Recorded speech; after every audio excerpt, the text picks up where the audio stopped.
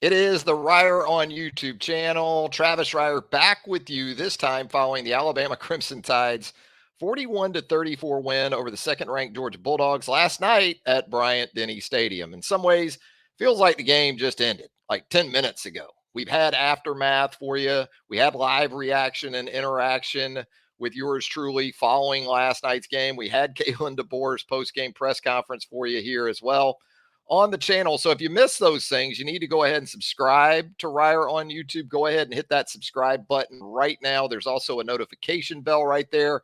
If you hit that, you'll be alerted to all of our content as it drops right here on the channel. And also, if you would give us a thumbs up, a like, that would help us out tremendously as well. But the Crimson Tide gets it done, nearly falling victim to the biggest comeback defeat in top 5 history of all of college football. Alabama, of course, leading 28-0 there in the first half after its first 4 possessions, 30-7 at the half, 33-15 as you moved through the second half. But give the Georgia Bulldogs a lot of credit, as we're going to see here as we work through some of the biggest plays from a night ago. The Dawgs answered in the second half. But early on, as we start with the opening kickoff here, you got Kendrick Law back deep. He's going to take this kick inside the 5 or right at the 5. See some pretty good work here on this return unit. I always like to look for the true freshmen that might be out there because that can kind of give you an idea of who's in the pipeline positionally. I see Caden Jones right there at the 25-yard line getting a block. Zay Mincy I see out there. I think Robbie Oots does a pretty good job, doesn't get a block in the back, but this is mostly just Kendrick Law with his twitch and physicality, his physical nature.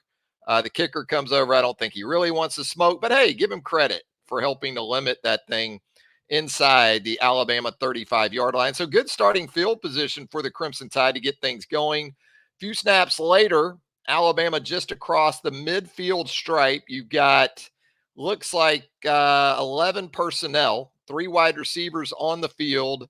You've got C.J. Dupree off the ball to the left of Jalen Milroe. And Jalen right here, 4-man pass rush he's looking at.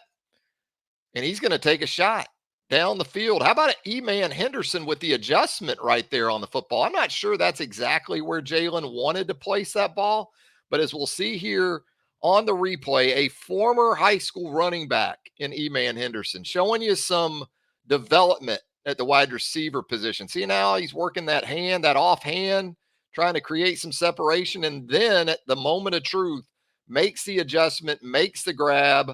Explosive play number 1 in a first half that had quite a few for this Alabama offense. So Alabama, after a holding penalty now from the Georgia 25. You had 3 penalties on the Alabama offense on this opening possession, but you go empty here. This has been a favorite where you get the back split out wide. You've got a tight end down here, kind of sandwiched between a couple of the wide receivers to the bottom of the screen. Jalen's just going to take the snap, and this is just being able to account for a free rusher on Jalen's behalf because Georgia brings 6, and as you see right here on the hash mark, the bottom hash mark, Jaden Roberts has got this this interior player. Tyler Booker's going to pick up this linebacker, but in the process, 52 is left by himself. That's got to be a bust, I would think, of some kind. But again, you're trying to protect with 5 here, and they're bringing 6. So you can't account for everybody. And if the ball doesn't come out hot right here, maybe to Justice Haynes on an angle route at the bottom of the screen, then Jalen's going to have to account for this guy with his legs. He's able to do that, makes him miss, kind of just shakes him there. And then watch this ball fake by Jalen here in the middle of the field on Malachi Starks, one of the best defensive players in all of college football. Just enough to get Starks to stand up a little bit. And when that happens, Jalen's already inside the 10-yard line. An explosive play on a 1st and 20 to help set up the Alabama Crimson Tide's first touchdown of the night. We'll see it again here from behind. As you see, Jaden, he's got the interior guy right there to the right side, but you leave a free rusher, and this linebacker's coming a little bit late. Brailsford accounts for him, but it's going to take that type of play from Jalen. You see Justice crossing right there in the middle of the field, And Starks right here, a little bit out of control. Jalen's able to take advantage of that. One more time, big man.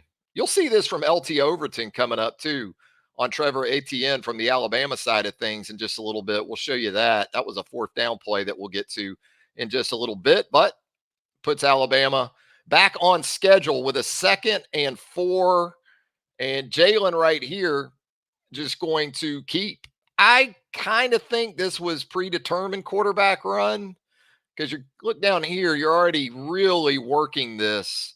I don't know if it was a keep, a mesh read, or he read this, but you do have Michael Williams inside. So you've got these defenders kind of where you want them. If it is a read, you would certainly want to pull that.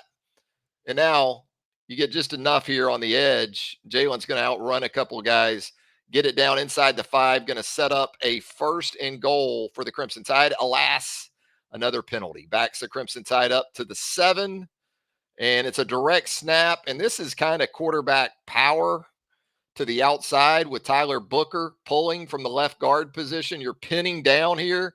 Again, Kendrick Law, look at this right here. I mean, this is H-back stuff to go along with one of your true tight ends and H-backs. Jalen's able to get to the corner unimpeded. And at this point, this is 6. As you see again, look at Kendrick Law, big boying the defensive back. Jalen doesn't really need to be patient. He sees the opening, doesn't really need to wait on Tyler. Good enough job by Jeremy Bernard out there on the perimeter as well. And it is quickly a 7-0 Alabama lead early in the first quarter of this one. Good stuff on the pin and pull. You'll see it again right here. CJ Dupree gets leverage just enough there. Kendrick doing his thing at the second level. And there is plenty out there as Milroe's able to pretty much walk into the end zone. Always good to see the big men out in front, right? Always like to see the Tyler Bookers, the Jaden Roberts, those guys able to get out in space and kind of show off a little bit. So Georgia now down 7-0. 1st and 10 from its own 20. Shotgun formation. Carson Beck, Alabama rushing 4. Beck works the middle of the field. This was a pretty consistent theme throughout the night, especially against man coverage. Devontae Smith here on Dom Lovett. And it is a chunk play for the Georgia offense on the crossing route. A couple plays later, it is 2nd and 10. This is pretty much what ends up becoming a takeaway for Alabama a short time later. This time, Georgia has Trevor Etienne in a 3 to the boundary look out here and working the quick game, able to get Etienne the ball. Pretty good leverage by Dom Jackson turning that thing in, and you got the posse on the way. Etienne does a pretty good job actually getting 5 yards out of this, but fumbles at the end of it. Looked like Tim Smith had an opportunity early for the recovery, wasn't able to come up with it though. You'll see it again here. The ball's out right now. Tim Smith's left arm looks like goes right under it. Fairchild for Georgia, 53. Ultimately going to jump on this thing. They reviewed it. I mean, it was clearly a fumble. I think they were just looking to make sure the recovery, and Fairchild there at the bottom of the pile is able to kind of take care of that situation for the Bulldogs. And so now Georgia in a 3rd and 6. Alabama really good on 3rd down defensively, especially in the first half. 4th down was a little bit of a different story, as we'll come to learn here throughout the game. What essentially becomes empty because you've got a back for Georgia shuffle cutting down here to the boundary. Alabama just rushing 3. There's Keanu Coote in the game off the edge. And Beck going to take a shot. Devontae Smith on the slot fade. And Dom Lovett, a little bit of a shimmy there. That's usually a tough call to get, though, when you run that into your sideline to go against you. You know, it's kind of hard sometimes to get the official on that side of the field to go ahead and throw offensive PI. And really, as we see throughout this game, it was a game in which the officials really let the receivers and DBs play for the most part. You'll see that with Alabama on the offensive end. We won't see it, but it certainly was the case late in the second quarter. What looked to be a clear defensive PI against Georgia went uncalled over on the Alabama side of the football field. So now going to run guard tackle counter, GT counter This is Jaden Roberts on the hash mark right here at the 15. He's already pulled from the right guard position. You're blocking down with that left side. Caden Proctor and also, of course, Tyler Booker. You're bringing Elijah Pritchett with Jaden Roberts. Looks like Georgia's in pretty good shape right here. One thing that was going to be hard to run for either of these offenses Saturday night because they practice against it so much is GT counter, those type of things in the run game. Both these teams like to employ those schemes on the ground. But Elijah Pritchett, you'll see right here, does a nice job of staying with it and gets the inside seal here. Jaden finishing his guy there. And then again, watch Kendrick Law out here to the top of the screen, blocking in space. Ryan Williams, give him some credit. Not bad right there against the corner. But Kendrick Law against Malachi Starks, a guy that's going to go in the first round of the 2025 NFL draft. Just look at Kendrick over there on that sideline. I mean, through the whistle, doing a great job from a blocking perspective. So Alabama, once again, in a 1st and 10, Georgia is bringing the 4-man pass rush. Alabama protecting with 5. Not afraid to do that, especially with Caden Proctor in that lineup now. And Jalen going to deliver a strike. And this goes back again to sort of how amazing it is that Ryan Williams this quickly in his career is able to create this kind of space. He does it kind of off the snap too against man coverage. And it also is a testament to how crisp he is as a route runner. And he pushes these corners off and then is exceptional in setting it down and getting out of the break and creating space that way as well. He does it right here after the catch. Yeah, first guy seldom going to be able to make that tackle. It's another 5 yards after he makes the corner miss. Ryan Williams getting going early. And even with this, even seeing that some of these DBs are giving this type of ground, he still is able to hit defenses over the top, as we'll see on a couple occasions, especially in the second half. So once again, Alabama in empty. You've got actually a back and a tight end on the field. They're just split wide. And so you're inverted with your wide receivers, really. And what we've seen Alabama do, especially from this point on the field in a 1st and 10, is take a shot. So you see all this space. Georgia's thinking that too. This is a shot scenario. But Georgia's also going to bring pressure in front of this coverage. And so that's 6 guys that are coming for the Georgia Bulldogs here on a 1st and 10. Jalen and Kendrick do what they need to do. They hook it up underneath, make the catch, and physicality supreme. Look at this, just running through. And you would think this is Western Kentucky, and it's the University of Georgia. This is Georgia's defense that Kendrick Law is doing this to. So another chunk play for the Alabama offense. Short time later, you got a 3rd and 5. Condensed formation that ends up really 2 by 2.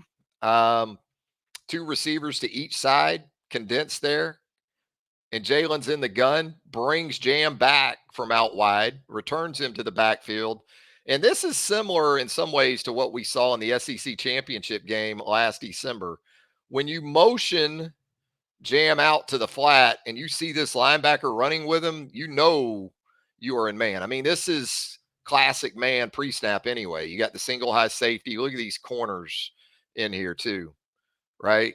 And then you're running this guy. And if you needed any more of a signal that that's what you had, then you got it right there. And you're also doing this to the field. And so now you're asking this linebacker, Allen's a really good linebacker too, but you're asking him to run with Jam Miller. He doesn't do a bad job, kind of gets his hand in there late, but it's a perfect ball from Jalen. And like the 2023 SEC championship game, a rail concept to the back really hurts Georgia here in a red zone or outer red zone scenario. I think it was 26 yards in Atlanta. But again, this ball placement, you just can't throw it better than that. And I give Jam Miller some credit there on the catch because he is still a running back. And I've seen running backs drop balls like that many times. That's not always the easiest catch for a back. Jam took care of business there. So now Georgia just stunned with a 14-0 deficit and facing 3rd and long again from its own 27-yard line. And this is going to be the quick game. And I'm sure pre-snap it looked good to Carson Beck because you're thinking if this is more of a tunnel approach, you're going to have this inside receiver get the kick out on Damani Jackson, and then you've got these linemen coming. The big guys are coming, but you have a miscommunication with Arian Smith and Carson Beck. Apparently, Smith doesn't get the check. It was a check to this screen. And so Smith just runs kind of a slant here. And you've got eyes to the quarterback. So Jackson's looking at Carson Beck and essentially throws it right to Jackson for the interception. And again, it looked like it was a favorable sort of setup. I don't know, maybe Sab gets there too quick before the lineman can get out there, or Smith can make the play after the catch. But communication breakdown, big time mistake for the Georgia offense. Alabama with one of its four takeaways. You see it right here. Yeah. I don't know. Maybe Sab gets inside that before those big guys can get there. But the posse's definitely on the way. Alabama bringing some pressure too. So this set up pretty well in a couple different ways for Georgia. But boy, you had those kind of communication breakdowns, and kind of like, again, the SEC championship game last year. Georgia giving Alabama a short field opportunity in what would prove to be a tight game at the end. Carson Beck not feeling it after that breakdown. So Alabama now with a 2-by-2 set, going to bring CJ Dupree back in motion. This looks like split zone, but again, there's some RPO to this as well. Kendrick Law out here looking back to Jalen. And this edge defender, look at where he's at right here on the hash mark. Look at Jalen with the football. This was a common theme in the first half. Linebackers kind of in there too. You got a space player right here that CJ is going to come out, I think, and try to account for. Yeah, right there. Jalen, once he sees that seam, he knows he's got those inside linebackers sucked in enough that he's going to be able to, at least after contact, pick up another 5 yards or so. And this was carryover from Wisconsin. Ball comes out late there. Carryover from Wisconsin when Alabama got that two-way working against the Badgers with the back and Jalen Milrose. So it ends up 1st and goal for the Crimson Tide at the 7-yard line. You got trips into the boundary. Going to bring Jeremy Bernard across in some jet motion here. Long ride, but looks like, again, by design, this is what you wanted with Bernard getting the football. You get a nice pin block right there on Allen, the linebacker, 3. He's the play side linebacker on this. And Dupree does a nice job. Gets just enough. Doesn't crack him. Gets just enough right there of Allen. Munden, the other inside linebacker, trying to come over the top. Justice does enough on the edge, and Jeremy Bernard takes care of it from there. And the Crimson Tide capitalizes on a short field opportunity for a touchdown. Right there, you see Bernard get it into the end zone. Jeremy had a couple carries in the game Saturday night, and just like that, it's 21-0. A little bit later, as we start the second quarter, Alabama going to work a flood concept that they like out here into the boundary. Couple of tight ends. You see Jam releasing to the flat. And Georgia is going to bring 5. See this backer coming right here? Elijah Pritchett. Oof. He's feeling it on this rush from the edge right here. But when you bring this guy, this offense under Kalen DeBoer and Nick Sheridan is equipped to make you pay for that. And the ball comes out hot. Dupree kind of slips right there into the void. Nice throw and catch, easy. And then after the catch, you're talking about another 11 yards, another chunk play for the Alabama offense there, with Georgia bringing the pressure and Jalen doing a good job of getting the ball out hot and on time. Different little look here from the Alabama offense on a 3rd and 5 early in the second quarter. Jalen looking to the sideline as if he's trying to get a check. Really, you got a lot of guys doing it. They're selling it. All these guys are selling it. Looking to the sideline. Look at them. Receivers here, Ryan Williams, maybe Kobe Prentice, Cuevas right here. Caden Proctor's looking over to the sideline. And then Jalen's going to clap his hands, and it's the direct snap to Jam Miller. Jam going to hit it up in there on a zone run, pick up 4 yards, which is going to set up a 4th and 1. And again, not sure if this is predetermined give or keep, but it had all the earmarks of keeping it, because Georgia's showing you right here with Malachi Starks and this loaded edge that if you try to run zone inside on this 4th and short to the back out of the gun, especially, even with the tight end over here, you're going to get a crasher. So let's see. Yeah, looks like CJ's blocking down. So he's selling it too.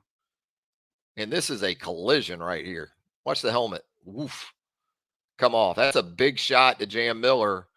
But Jalen's got the football. And now he's got leverage on Malachi Starks. And once he gets this edge, Stackhouse isn't going to catch him. These backers aren't going to catch him. Even a 5-star safety from the most recent recruiting cycle isn't going to catch Jalen Milroe. Great play call. Great decision, regardless whether it was predetermined or read. Caught Georgia selling out against the inside run, and able to capitalize on that, as again, Jalen just absolutely gashes this defense by outflanking it on the edge. So Alabama now going to play 2nd and 7 on defense and showing big time pressure early. And they actually bring the extra guy, but you can see a couple of guys bailing here. Is that Yanzi Pierre in the game? Maybe right there, 42, dropping Campbell. And I'm thinking Carson Beck, because of that look pre-snap, is thinking he's going to have man coverage and he can swing this thing and run off that coverage and have Dom Lovett pick up big yards. But it's actually eyes to the quarterback by these DBs. And they're able to converge quickly. Devontae Smith and also Zabien Brown to stuff that thing for a loss. So coming up here, you got 4th and 1 for Georgia. Those 4th downs, man, the penalties were brutal for Alabama on these 4th downs. You've got Quay Rusal in the game down here at the Wolf position. Watch 22 just to the top of Rusal down here on the left edge. That's LT Overton. This is nice what he does to this tight end. He gives him the kind of swim move. Watch this. Whoop. And he's in the hole. But his head drops just a little bit. ETN does what a back should do against a defensive lineman. What Jalen Milroe did to Georgia a little bit earlier in a similar situation. He's able to make Overton miss, and big 1st down conversion for the Georgia offense here in the 2nd quarter. Georgia now going to work from 11 personnel. This is, I think this is kind of like nub with the tight. No, this is 12. You got 2 tight ends on the field down here at the bottom. In line and also off the ball. Beck with the back to his right. And going to take what is there against this coverage. You've got some off man to the inside, to the top, working against a new corner in the game, and Deshaun Jones and Dylan Bell, an experienced player, able to hit that for a 1st down. So a little bit later, Alabama bringing 4 in the pass rush. This is good stuff by Carson Beck, because Jones was in zone for Alabama, 7. He got high load a little bit. The tight end released, and he's got to check that flat before he can get depth on that throw. Tight end actually broke in. Deshaun saw it, reacted, actually made a pretty good play, but that was a sort of NFL type throw from Carson Beck. So again, you're playing a lot of DBs, rotating a lot in the secondary. I think as the game wore on, it was maybe as much by necessity than preference. Played a lot of snaps, as we know, in the second half, it seemed like. So now Georgia again with that 12 personnel, 2nd and 4 from the Alabama 7.5 here in the red zone. Going to run it right here, and you'll see a couple things here. You're pretty good in the A gaps, but you've got a tight end getting to your inside linebacker right here, Jod Campbell. The center's already out on your other inside linebacker, Deontay Lawson. So you're accounted for if you're Alabama in here. And ETN does a nice job because he doesn't waste much time right here. You know, he makes that cut, and you get just enough of the tight end on Jihad. And then right here at about the 3, you can see the center working up here. 11 on Malachi. That's Smith on Malachi. Sab is kind of anticipating the bounce, I think. So he's wanting to go to the outside, kind of vacates just a little bit. You're soft right in here now. See? And even though Sab is able to make some contact at about the 1.5, he doesn't have his legs with him. He's not able to bring everything with him to the tackle. And ETN at the end of the day, still what, 215, 220 pounds? You can see it right here. Center up on Deontay. Got just enough of Jihad to create a crease. Sab's thinking maybe it's going to bounce. And then by the time he can sort of get back across and into the gap, ETN is into the end zone. So 28-7 game now, 6:17 left in the second quarter. Alabama with a bunch to the top. That's Kobe Prentice in there now because Kendrick Law is out of the game. And I think that was a big part of, I'm not saying, look, the Alabama offense, I hear you on the time management and those type of things. Maybe didn't keep the foot on the pedal in the second half. Bottom line is Alabama's offense produced 39 points in this game, you know? And I know you can say, well, yeah, ideally, yeah, you would spread them out and control the game and manage the game. But it doesn't always work out that way. If I told you before the game, look, Alabama's going to score 39 on offense alone, you would have thought, look, Alabama's going to be in pretty good shape. But you got Trips in that bunch. You got Oots down here in line. Jalen takes it here. 4-man pass rush. It's like man coverage. Getting some pass rush from the top against Elijah Pritchett. He had the tight end, I think, early leaking. I think he had Oots, but Oots does a nice job of converting to a blocker right there at the SEC logo. And now Jalen, once again, he's in space. And if you don't take good angles against this guy like 8 didn't, it's going to become another 10 or 15 yards on top of what he had already beat you for, already gassed you for. So again, Jalen with a huge, huge play. Now, you had kept on something similar to this on 4th and short earlier with Jam in the game. This time, going to go ahead and give it to him. Seeing some initial push on the interior right here with Brailsford, but really shouldn't be as much of a problem because initially, anyway, looks like your tight ends are in pretty good shape. And then you're also bringing Bernard across late. And this is probably something that you would like Kendrick Law to do in this situation. But remember, he's not in the game. So Bernard, he doesn't shy away from it. He doesn't back down from it. But it's not what Kendrick does in that situation. And give this edge for Georgia some credit too, because initially Oots had him where he wanted him. But he was able to get that outside shoulder clean right here and back into the gap just enough. And you got the safety coming downhill. I think Jam thought initially he was able to be able to hit that gap and get what he needed. And then once he got up in there, maybe made the decision late to try to bounce. And now it's too late. It's going to go for no gain and a stuff for the Georgia off defense there on 4th and short. So now Georgia in attack mode, down 28-7, late in the first half, spreading the field, do have a tight end in line to the top. So you're really 4-by-1 with the tight end to the top and 3 receivers to the top. Alabama does have a wolf up there on the line of scrimmage. That's Q Robinson. He's going to drop out. You're going to rush 3. And here's where Beck, I'm not quite sure what he's looking at here. I don't know, again, if he thought this was going to be a slant and his receiver ran more of a deeper dig, but kind of bailed at the snap. I think he thought maybe he was going to have man coverage. It's the only thing I can come up with. But he was rat trap at this point. And it's Jihad Campbell with the interception. And not just the interception, but again, a takeaway that after the return is setting you up on the short field.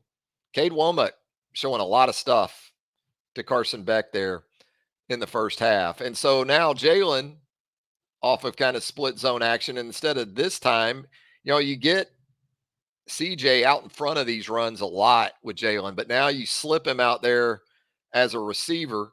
Easy throw and catch. Ryan Williams again, willing blocker. CJ, physical after the catch, able to go get that first down, go get another 4 or 5 yards. So easy touches also, design touches, creating chunks for this Alabama offense in the first half. Single back set. You've got Dupree in line here to the bottom of the formation. Bernard's going to motion in to sort of tighten that up. You do have 11 personnel, back offset to the left. Jalen here takes the snap, and he wants to work this leak.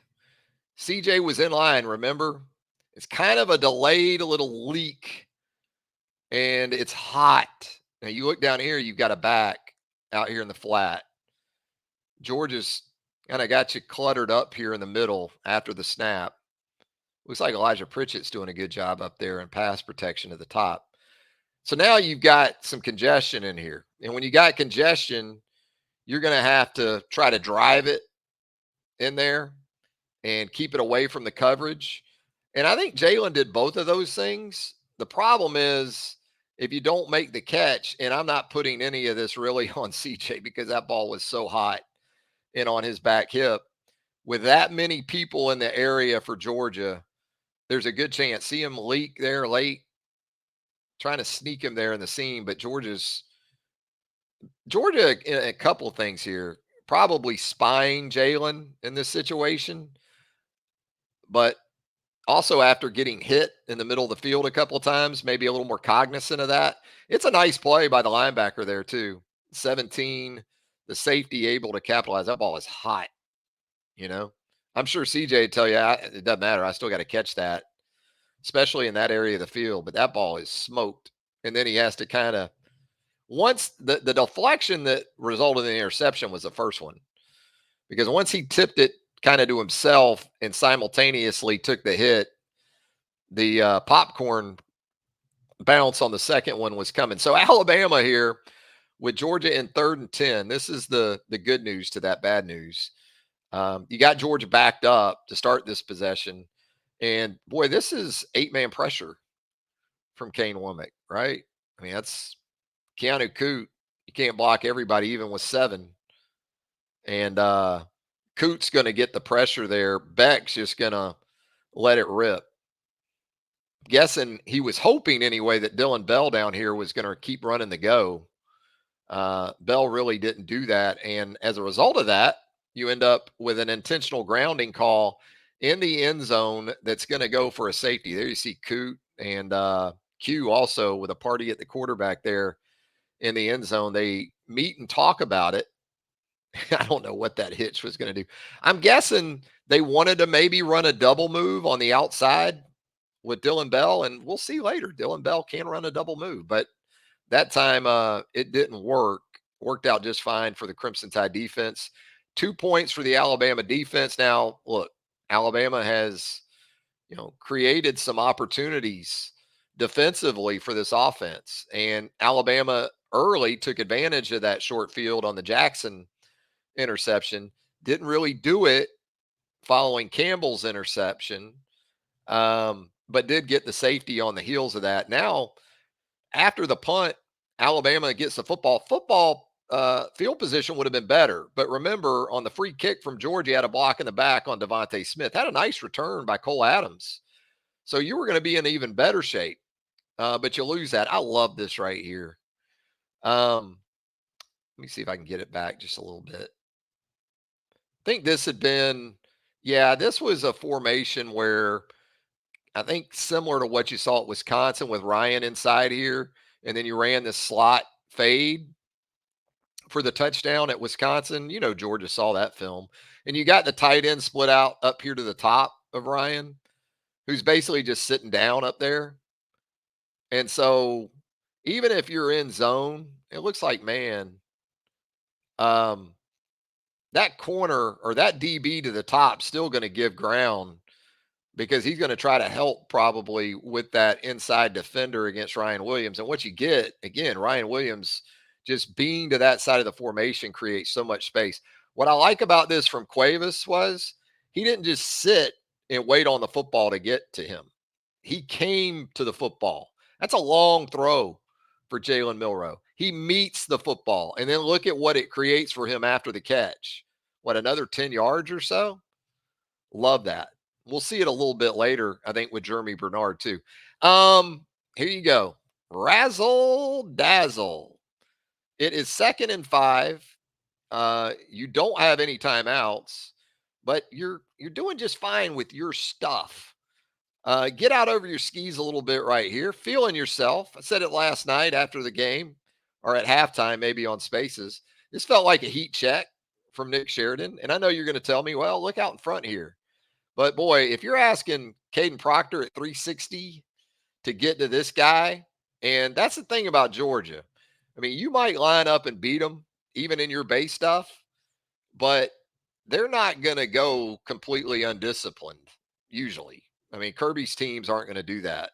So that's kind of what you're banking on here. And this guy, Malachi Starks, he's already had enough problems in the first half, and he'll have a few more in the second, but he's not giving that up. So what looks to be a pretty promising situation to add even more points there at the end of the second quarter basically goes by the boards. This is fantasy football yards right here.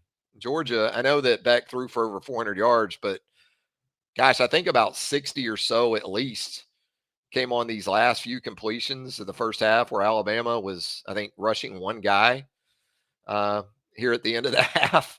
And then you get the chippiness over on the sideline. Unfortunately, what this would lead to for Alabama is an unsportsmanlike conduct penalty, apparently on Miles McVay. I'm looking for Miles. I'm looking for 58. But so anyway, you kick off to start the second half. Georgia gets football.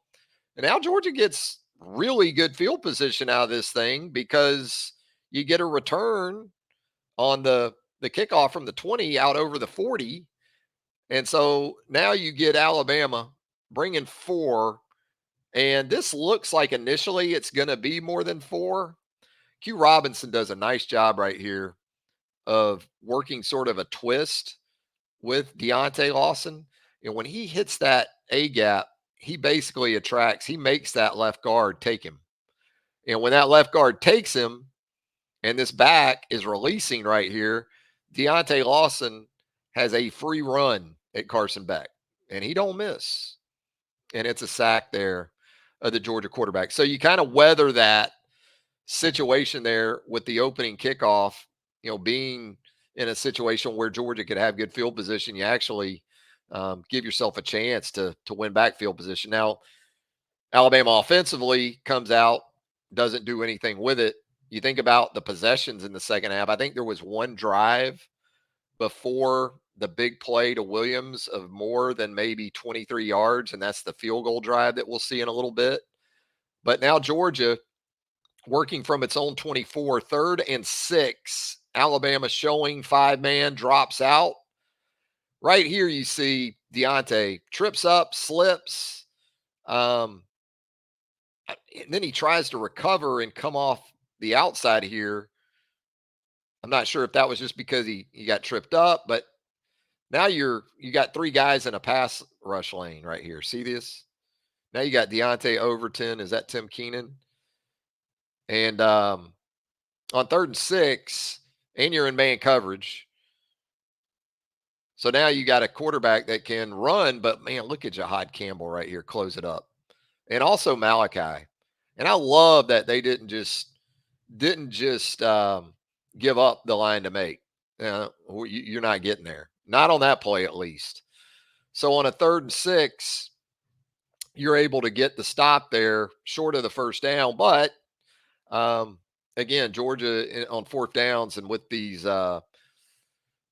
penalties, able to stay on the field. Kirby in desperation mode for much of this game after falling behind 28-0. So 2-by-2 look here for Georgia, kind of a Tennessee set. And going to work the quick game out here. And you'll see Jalen Mbakwe in the game at corner right here at the bottom of the screen. Kind of gets a little bit inside right there. See that? Gives up his outside shoulder. I think you're anticipating Red Morgan here. Is that red or is that, yeah, that's red. You're hoping that maybe Jalen can get that turned back into the pursuit and into red, but a little bit of a hold right there too. And I don't think Georgia needed it. I think you were set up pretty well based on the angle that Mbakwe took. Jihad with a hustling play on a wide receiver. I know there was talk about a horse collar. He did have the back of the jersey. Give Jihad credit. He took the hand off. He didn't leave it there all the way through the tackle. But pretty fortunate there to have a hold sort of negate that for the Georgia offense in that. Look at Kirby, that visor, boy. That visor has come unfastened. Again, Georgia 3-by-1, three receivers to the field. Alabama, yeah, this was what they were trying to get, I think, with Deontay earlier when he tripped up or fell down. Same concept in terms of the pass rush. You've got two guys coming here. You're trying to get this tackle to come down and then bring your linebacker. Beck, give him credit, gets the ball out hot and quickly and accurately there against Devontae Smith. That's pretty good coverage by Devontae. Just a really good play by the quarterback and the receiver there to keep the chains moving. Now, this is to me as big a play as there was in the game. Didn't probably seem like it as much at the time, but you got Georgia in a second and long. You're going to bring, I think this is six-man pressure. You can see it's man, but you're off coverage. And Beck's going to get the ball out hot. Gets it out right here to a slot guy. That's love it. Yeah. And now you're one on one with a true freshman, and then you're one on one with a block on another true freshman up here. And right here, boy, when Red doesn't make that tackle, now you're fighting for your life. I give Zabien Brown some credit. He got off of it. And the one thing you had to do, and you even heard Kirby talk about it post game from the Georgia perspective, was you're going to give up some explosive plays. I mean, in the second half alone, Georgia had, I want to say, 5 pass plays at 30 yards or more. And this is what really, in my opinion, got it going. This is what seemed to breathe real life into Georgia when they were able to hit that explosive play. And we really didn't see six-man pressure, I don't think, from Alabama for the rest of the night. So now Georgia feeling it. This is pretty good concept from Mike Bobo. You'll see it. It's man coverage for Alabama to the top of the field. You'll see Malachi right here. He's got this tight end that's arcing out. And so you're manned up in the slot. You're manned up on the outside with Zabien Brown and his guy. You kind of get this action from the back, like you might swing it out there. And this is where your eyes kind of betray you probably a little bit if you're Zabien Brown. Now, all this stuff going on in your area, but you'll see Malachi's manned up. I think that's Sab manned up. But between it all, you got this wide receiver just releasing free in the middle of the field. And that's Smith on Zabien Brown for a Georgia touchdown. Now it feels like a football game. You'll see it again from behind. Watch this. See 4 wheel to the flat. He's going to take Malachi out of there. And then love it. Take Sab to the post. And then Zabien, not quite sure what he's doing right there, but it's an easy throw and catch. Nice ball from Carson Beck to Smith for a UGA touchdown. Now, the 2-point play. When you saw this formation and they kind of loaded up to the field with it, you're thinking sprint out. I mean, this is, go back to the Joe Montana years, the 49ers, and this is a favorite play down here. And this is a hell of a throw by Carson Beck because Alabama is in good shape to the field, right? Accounted for right here in the flat. Red Morgan's underneath his guy. You got a couple of guys up here. Deontay's in pretty good shape in the middle of the field. You look down here in the bottom left corner of the screen, there's Lucky, the tight end. And I would have bet you $100 at the snap that he wasn't going to be the guy on this play because of where he's coming from and really just who he is. I mean, he's not a primary guy in this offense. But boy, watch this throw by Beck. Sab's not in terrible shape. Look at this ball. You can't throw it much better than that. So whereas on the morning after, we like to kind of, man, what was Alabama doing? Sometimes you do everything right and you still get it wrong. And hell of a throw and catch there for Georgia for the 2 point conversion, which now makes it a 15-point game. A couple times Kirby went for two, and I'm not sure he needed to, especially at 33-21. Ultimately, it worked out just fine, but just some interesting approaches to the 2 point play. But it is 30-15. Alabama now facing a 2nd and 10 and needs some urgency. It's a two-score game. Empty. Jalen. Pretty good protection right there. Wow. Look at Parker Brailsford right here. Nothing passive about pass pro, right? This is a nice ball. Good route to Ryan Williams. I mean, that's kind of a flat footed, opposite hash, 18 yards in the air drive to Ryan Williams, who is able to pick up 11 in an Alabama first down there. Great ball from Jalen. Still more empty on a 1st and 10 from its own 33.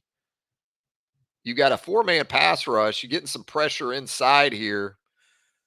But Jalen likes the matchup because the matchup entails number 2 against a safety. Even Malachi Starks, you're going to go there.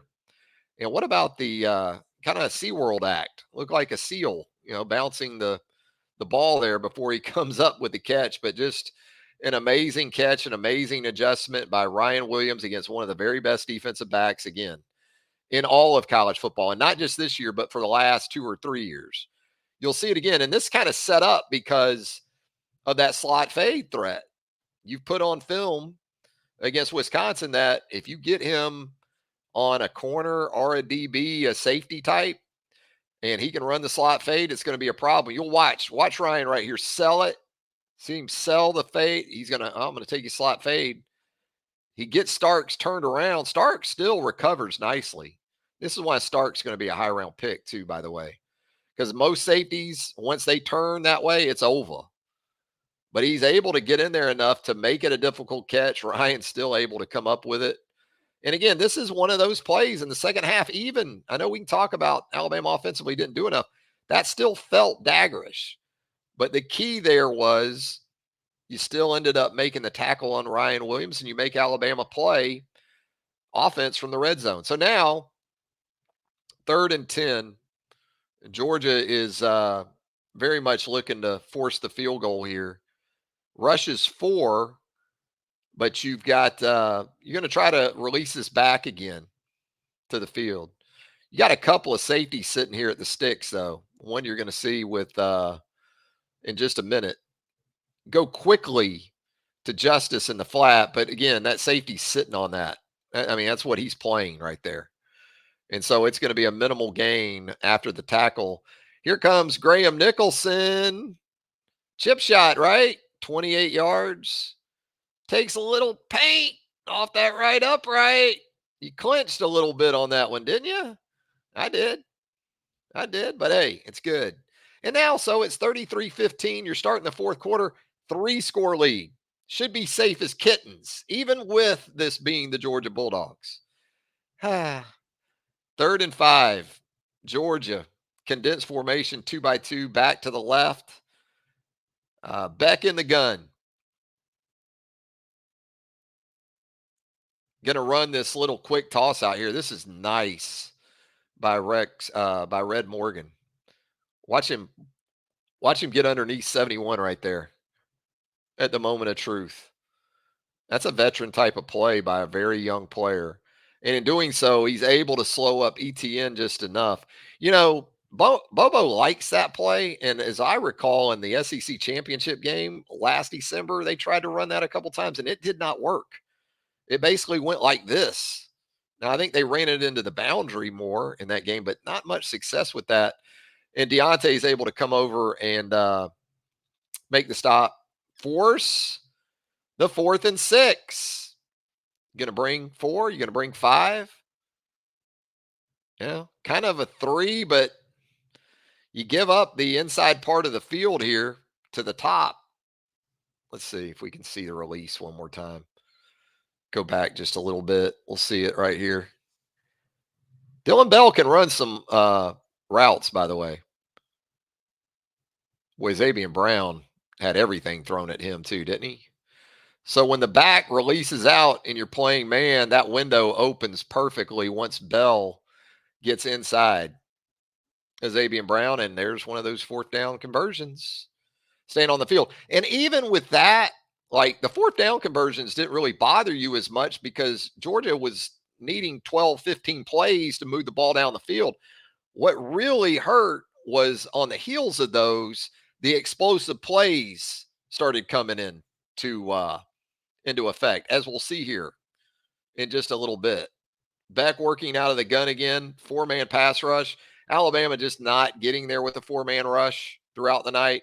I'll say this too. There were a lot of occasions where the ball was coming out really quick, like Beck had made some pre-snap reads. But right here, Quay Rusal, even with the injury, coming off the injury, dealing with the injury, able to get out into the flat. I'd like to make this sound, and it's a heroic play. Don't get me wrong, but this is poor by a quarterback that's expected to be a top 10 pick next April. I mean, you got to be able to protect the football better than this. And as a Jaguar fan, I've seen that too much from Trevor Lawrence the last couple of years. And right now, you see it. Quay Rusal, hell of a play, knocking that ball loose. Now, right here, are you greedy? And especially in retrospect, are you thinking, boy, I wish LT Overton would have, or Jamarian Latham would have just scooped this thing up and run this thing? He doesn't. He does the prudent thing. He falls on the football. He takes care of the takeaway. Great play by Rusal. Again, pretty poor right here by Beck. And you got to be stronger with the football than this, man. This is nothing compared to what you're going to get next year in the National Football League. But yeah, nice. And right here, you see Latham scoop that thing, big man. No, goes for the cover. And, it is another takeaway on the Georgia side of the field, but it ends up being another situation where Alabama doesn't capitalize. After the first one, the next two, Alabama had great opportunities and didn't capitalize on those. So Beck, once again, working from the gun, Q getting some pressure to the inside of that left tackle. Tim Smith coming over the top. Nice job by Beck this time, working to his left. He's not comfortable left, is he? But he's able to get it out there to ETN, Deshaun Jones in the game at the corner, able to come up and make a tackle. But Georgia is able to continue the drive with a 1st and 10 here. Four-man pass rush, Shaheem Otis in the game, James Smith in the game. And Beck, again, going to work that middle, coming back to the middle of the field. And this kind of sets up what's coming a little bit later, I think, in a way, too. Sab does a nice job right here of finishing with authority. But there's some stuff on tape at this point of Keon Sab that tells you that's where he's at his best, probably. And that's double movable, especially if you're protecting your quarterback and he's not getting a lot of heat. So you have time to work that double move. But Beck right here takes a shot deep. And Mbakwe's in the game. Pick a corner, right? Changes almost, it seems like, series to series. Mbakwe gives it up to the bigger receiver. He's a problem, you know. He's 6'3" guy. You throw it up there, he's going to go get it. Now, he doesn't go get the last one, as we'll see, but he can do that, the Miami transfer. So, four-man pass rush now. Alabama working a twist to both sides. And you end up right here. I'm not sure what this is down here. You see Sab? He's looking to the outside as if maybe he's going to trade with the corner here, or maybe he's thinking he's helping to the corner. And now Brown's in there at that corner down there.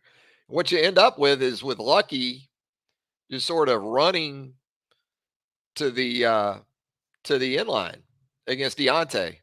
It's a good ball too. I mean, it's a great catch.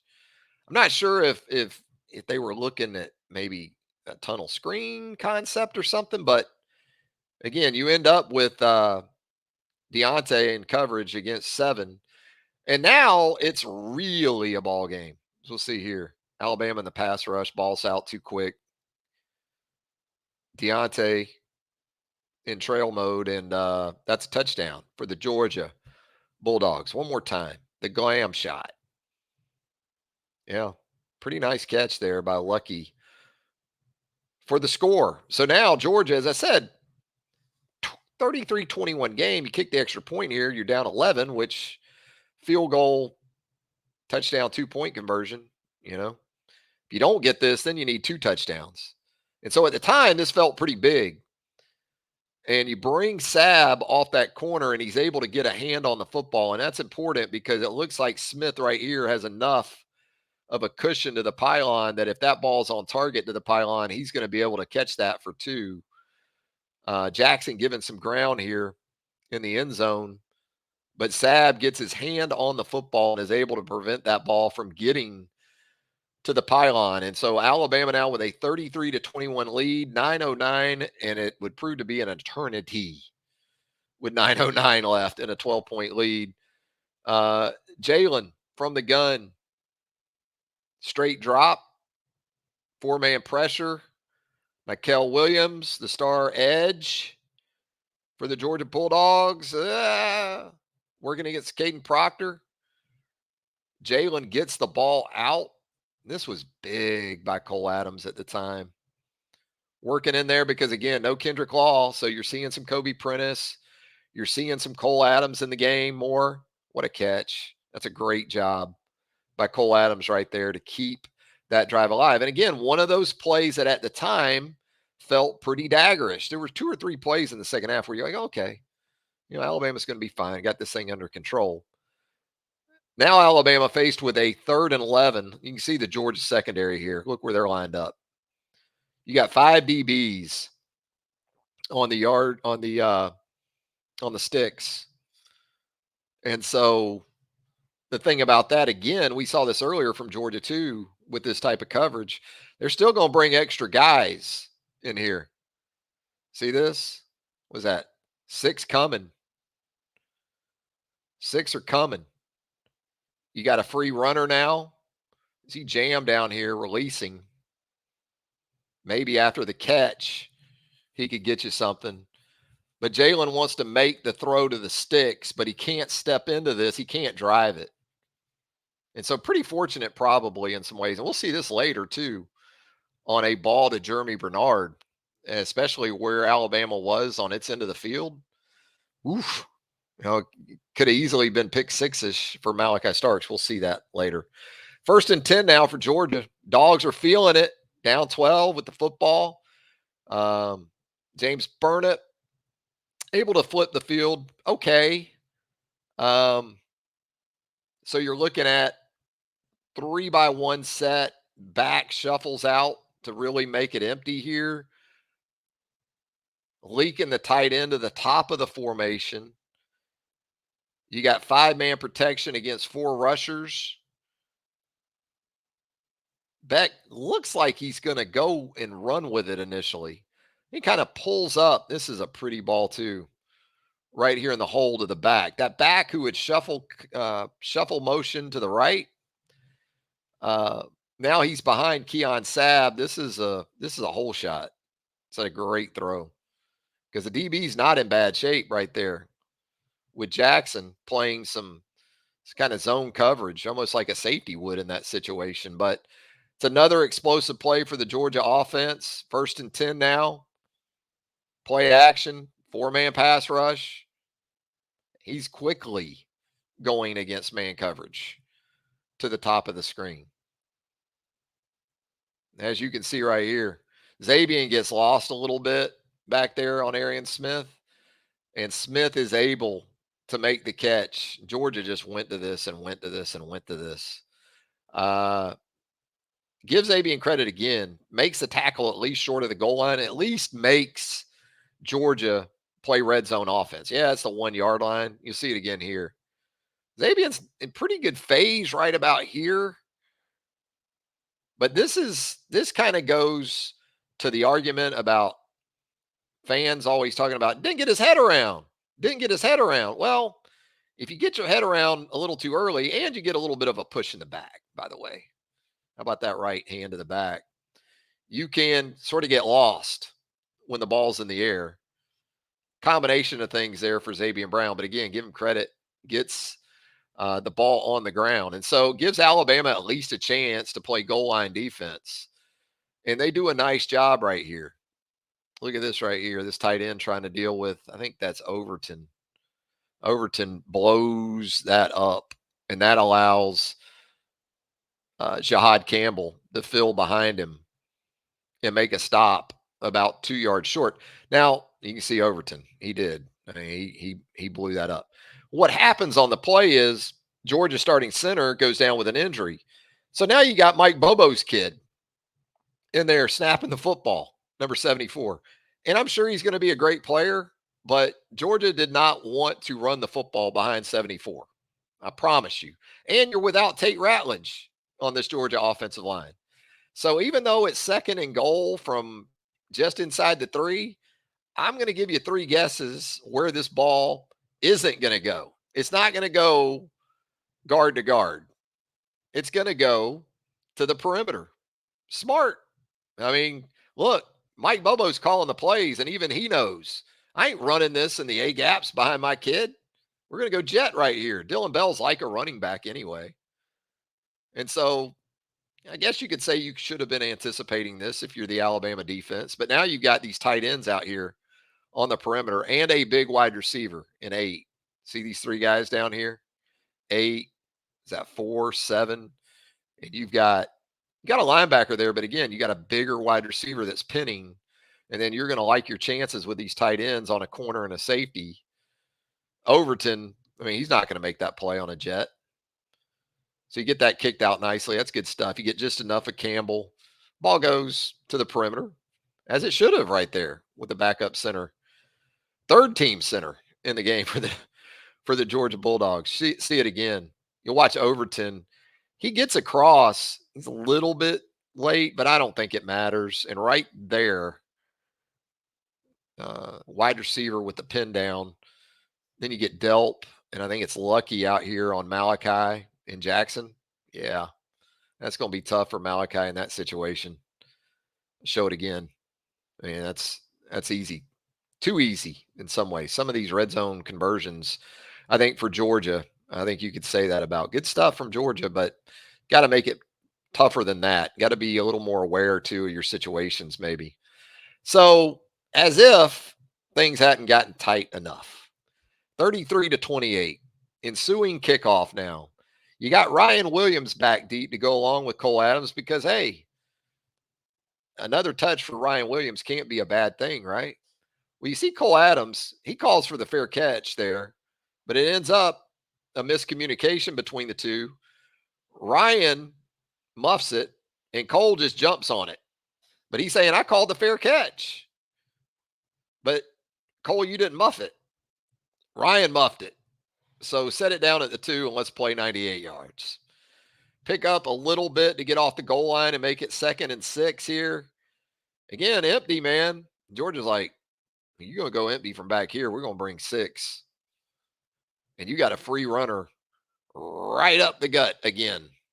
Not sure what the deal was on that side. You can see Jaden kind of reacting to it.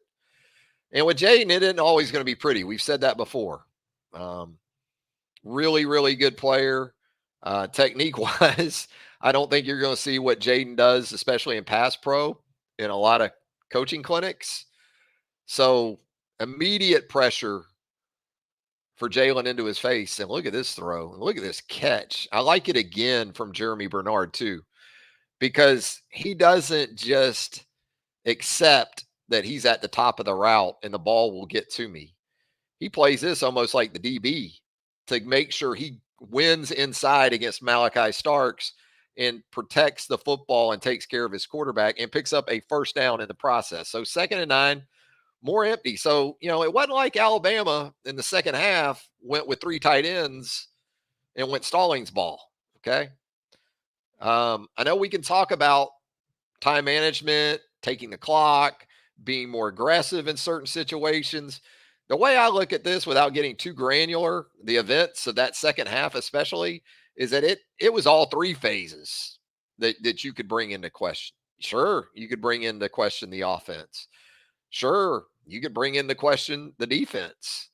giving up the explosive plays, not getting off the field enough there in the second half. Hell, you could talk special teams. Uh, you had penalties throughout the night on special teams. James Burnett was okay. He wasn't Wisconsin like. He's not going to be Wisconsin like week in and week out. But this was an all three phases thing. This wasn't just the offense. The offense, again, scored 39 points. Defense took the ball away 4 times. You do those 2 things, you should win comfortably. That's where you got to go back and give some credit to a team that came in ranked second in the country. And, whether you like to hear it or not, other than losing to Alabama, had dominated the sport. So now Jalen on a 2nd and 9 with just over 4 minutes to go throws the deep hitch. That's a long throw to get 3 yards to your tight end. But that's where it went on 2nd and 9. Nice job by CJ Dupree catching the football. And now you're playing 3rd and 4. This is another one of those plays where if Alabama doesn't win, you're stuck here, I think. Because this looks initially, it looks like a couple things. It looks like a win-win. It looks like, okay, you got that space in the flat at the top. Georgia's bringing the linebackers. So there's space, bringing a safety from the other side. Now you throw this opposite of some of that pressure. So there's still this guy, Malachi Starks, that's home. You're working mesh here in the middle. Maybe you could have hit that to Williams or Dupree, but I still feel good about this. I mean, Justice Haynes is one of your best players on the ball. Get it to him out in the flat. Boy, what a nice job. Now, right here, okay. I mean, how is that not going to be a first down? CJ Allen is chasing. There's nobody in the screen as of this point. And Justice Haynes is already, I don't know what he thinks right here. He catches, I guess, CJ Allen out of the corner of his eye and kind of slows down. Give CJ Allen a lot of credit. It's a heck of a play, but it just felt like there was a little bit of a hesitation there from Justice. Maybe he wanted to make one more move, and it just felt like he was going to get that yard easily, but he comes up short, and you got to punt the football. And so here's Burnett. Really need to flip the field right here. Need a bomb. And it's not a shank. It's not a poor punt, but 41 yards from James Burnett. Yeah. Georgia's feeling good about that. Take that trade. Got the football out over the 30, 1st and 10. Alabama defensively just reeling at this point. And you know where you're going with the football. You're working the middle routes, and boy, when he faked that hitch right there, and he's got this kind of time, Rutrow, double move. We've seen this from Alabama in the past, haven't we? Seen this with guys like Jerry Jeudy. Seen this with guys like, Ruggs, Waddle, John Mechie. Take a pick. Dylan Bell just wide open behind Keon Sabb. And then to complicate matters, what we talked about a lot, just get them on the ground. Give yourself a chance to play in the red zone. And you don't do that. Instead, he finishes it in the end zone and in the lead now. 34-33 after the double move from the Georgia passing attack. Got that Keon Sabb sniffing a little bit, and big play. And again, it also goes back to not being able to get pressure on the quarterback. I mean, to throw those routes, you have to be able to stand in there and have time for it to happen. And it did. So now Georgia going to go for 2 here. Back, this is quarterback draw all the way. You see the center come out early. Center's hunting your linebacker right here, and then the back coming in front too. It's quarterback draw. Nice job by Damon Payne. I thought Damon Payne played a pretty good football game Saturday night. It felt like in some areas the rotations had been kind of tightened up. I think defensive line was one of them. We didn't see as much. I didn't think of Jaheim Otis in this game. We saw Damon Payne. We saw Tim Smith. We saw James Smith. We saw Tim Keenan, LT Overton, Jamarian Latham. Now the secondary, we still seeing a lot of corners and different guys at the Wolf. The Husky. But this is quarterback draw. It's a good job. Nice job by Damon Payne. Because if he doesn't make that tackle, I don't know if Beck just doesn't just go ahead and is able to stretch that thing out. But again, here's that double move.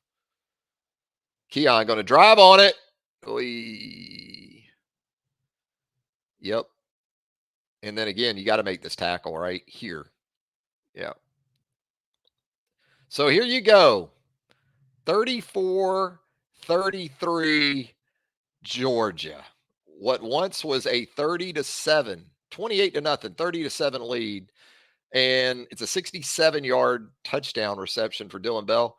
Boy, I wonder where Jalen Milroe is going to look here. He's got his guy up here to the top of the screen. Georgia's like, oh, we're going to play man coverage. Cole Adams in here in the slot, 2x2. It's like a 3-man pass rush too. And it's not like Georgia's bringing much. So you've got protection. Jalen is going to wind up and throw this thing. Look at this adjustment. This is just, you don't coach it. And then watch the body control after the catch. Whoop. I said it on Aftermath last night. Michael Jackson. I used also James Brown as a comparison. The Godfather of Soul. Probably I had in mind the Georgia Bulldogs because, James Brown is Augusta, Georgia native. And he would go to Georgia football games back in the day when Vince Dooley was there. Look at this. KJ Bolden didn't see nothing like that in high school last year. Oof. Look at Ryan Williams. He's like taking his mouthpiece out too at the 5. It's just another level, folks. Another level. Uh, We've seen a lot. I mean, we've seen guys at that position, but it's like he takes something from all the greats and it's in one guy, in Ryan Williams. And for me, the maturity, man, and the competitive maturity for this guy and the work that he obviously puts in is just, because you'll see ultra talented freshman receivers, but then at some point they hit that wall. Maybe it'll happen with Ryan Williams. I'm not anticipating that as of yet. So right here, you're going to go for 2. This is important because you need to get this thing to 7. And you got sort of this bunch to the field. What you're really trying to create is this matchup right here on the top hash mark. That's Jeremy Bernard on Malachi Starks. That's really what you're trying to get one-on-one, just right there. And you're going to hold this linebacker in the middle of the field because he's got to worry about Jalen's legs, even without a back. You'll see Jeremy works the out initially and then turns to the inline, back to the post, and Starks ain't going to be able to guard that. And a little bit of a low throw. We saw Jeremy earlier in the game lose a reception to review that hit the ground. He's able to get his arms under that one. And that's a big 2 because you're thinking, Georgia's going to come right back down and either go for 2 to win it or kick it and go to overtime. But again, kind of a reverse of what we've seen Alabama work with this concept. The slot sits it down this time with Cole Adams, and the outside guy keeps running. Whereas we've seen the outside guy sit it down against man, and the inside guy run the fade to the top. But Jalen cuts this thing loose. The hands, the body control, that right there, you ain't coaching that. And then uses the offhand too, in case he needs it. Everything just really in one play. Create some separation over there. Kirby's jumping, trying to help his DBs, and doesn't matter. Ryan Williams is in the end zone. But can you get a stop? Can you get a stop? 2nd and 10 for the Georgia Bulldogs, 2:14 left. 4-man pass rush. Beck going to skate back to his left, and he's going to go pick up about 8 on 2nd and 10. Kind of runs you out of there. Now at the 2-minute warning on a 3rd and 2 for the Dawgs. And there's still plenty of time because Georgia's got 3 timeouts. So even from their own 33, they can run the football. This was a little scary at first because it looked like Georgia had this block pretty well here. And your backers over here, you're thinking, man, ATN may hit this thing right here. But Campbell he's able to recover so quickly and create enough interference there to give his teammates a chance to help him out. So 3rd and 2 for the Dawgs from the Alabama 47.5. Play action. Carson Beck going to roll to his right. Q with a nice job here. Works inside, Lucky in space, and able to kind of pressure this throw, maybe just enough. Really good stuff from Devontae Smith. I think Devontae actually went out after this. So you get some interesting looks, as we'll show you here, from this Alabama defense coming up. But again, that inside route just seemed like it was too easy at times. Man coverage, taking the back to the flat, creates that window. 4th and 2, conversion play. Big receiver, big target. And Jackson makes a tackle, but it is another Georgia first down here with 1 minute to go now on a 2nd and 8. And I think this is where you've got, this looks to me like this is King Mack in the game now. At the single high safety with Malachi, this looks like Keon Sabb maybe at the Husky is what I'm seeing here. You got your corners, but Devontae Smith's out of the game. Red Morgan's not in here. You're showing a 4-man sort of front on 2nd and 8, trying to work a twist. It gets bunched up here with Overton and Coot. It never materializes. To the top, you get a little bit of something working. But then you get this deep shot to the big receiver working against Zabien. There's see King Mack. He's over the top. He's in the game as a safety. And Zabien's able to the dismay of Kirby, avoid the defensive PI call. They let him play, man, for the most part. They let him play Saturday night back here. Zabien, even though he's in off coverage, ends up in recovery mode pretty quickly. In real time, that probably looks okay to that ref.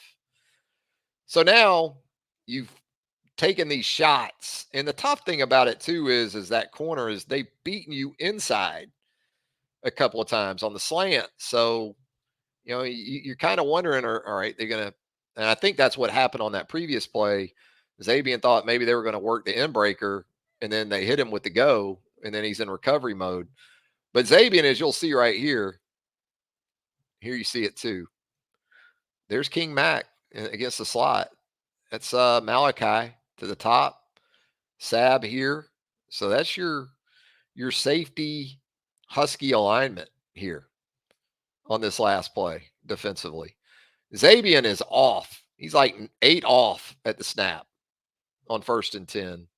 And he's got eyes to the quarterback. Beck's thinking, you know what? I don't care if he's got eyes to the quarterback. I got this big receiver. I'm going to go throw it out here at this freshman. But, boy, what a play. You're wondering right here, is there a hero on this Alabama defense?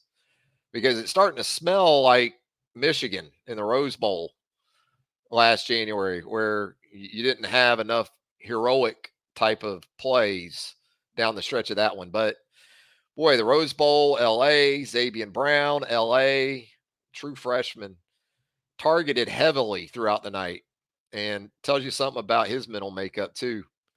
Never folded, gave himself an opportunity to be that dude at the end of the game. And so Alabama, with its 4th takeaway of the game, 3rd interception of Carson Beck, forced 4 turnovers from Carson Beck in the game, able to survive this thing. I think for Georgia offensively, this is actually going to be a positive performance for them, because they hadn't been good against Clemson or Kentucky. I think they learned a lot. I think Carson Beck learned a lot about guys that he didn't think he could trust maybe as much that he will moving forward. I think you heard some of that optimism in Kirby Smart even post-game. Obviously not happy with the defeat, but I think just like Alabama is going to be able to take some positives out of some negative situations in this game, I think Georgia's going to be able to do it too. Yep, there you go. That's going to do it for the latest edition of Second Watch. As always, we appreciate you tuning in. Man, I went way too long on this one, didn't I? Wow, what's that all about? I'm going to let you get to your NFL football on this Sunday. There was a lot to talk about, I guess. So there you go. As always, we hope you'll subscribe to the channel. If you haven't already, go ahead and hit that subscribe button.